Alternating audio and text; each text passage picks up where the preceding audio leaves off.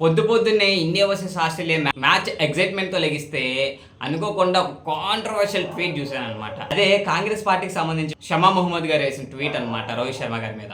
రోహిత్ శర్మ గారి ఫిట్‌నెస్ గురించి, రోహిత్ శర్మ కెప్టెన్సీ గురించి ఆమె ట్వీట్ చేశారన్నమాట. అంటే ఈ పొలిటికల్ పార్టీ వాళ్ళకి, స్పోర్ట్స్ పర్సన్‌కి ఏంటి సంబంధం? వాళ్ళ క్వాలిటీస్ గురించి వీళ్ళకి మాట్లాడే రైట్ ఏముంది అనేది నాకు అర్థం కావట్లేదు. అండ్ అంతకు మించి రోహిత్ శర్మ గారి కెప్టెన్సీ గురించి మాట్లాడుతుంటే నాకు చాలా నవ్వు వస్తుంది.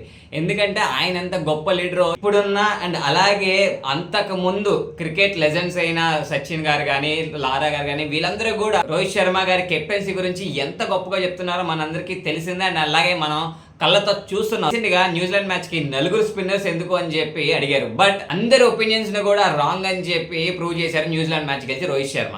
షమా మొహమ్మద్ ఏమన్నారు అండ్ అలాగే రోహిత్ శర్మ ఎందుకు ట్రెండ్ లో ఉన్నారు అనే దాని గురించి ఫుల్ వీడియో ఆ లింక్ కింద ఉంది, ఖచ్చితంగా చూడండి. అండ్ అలాగే 2:30కి మన మ్యాచ్ ఉంది. సో అందరూ కూడా మన ఇండియన్ టీమ్ కి ఆల్ ది బెస్ట్ చెప్పేసేయండి.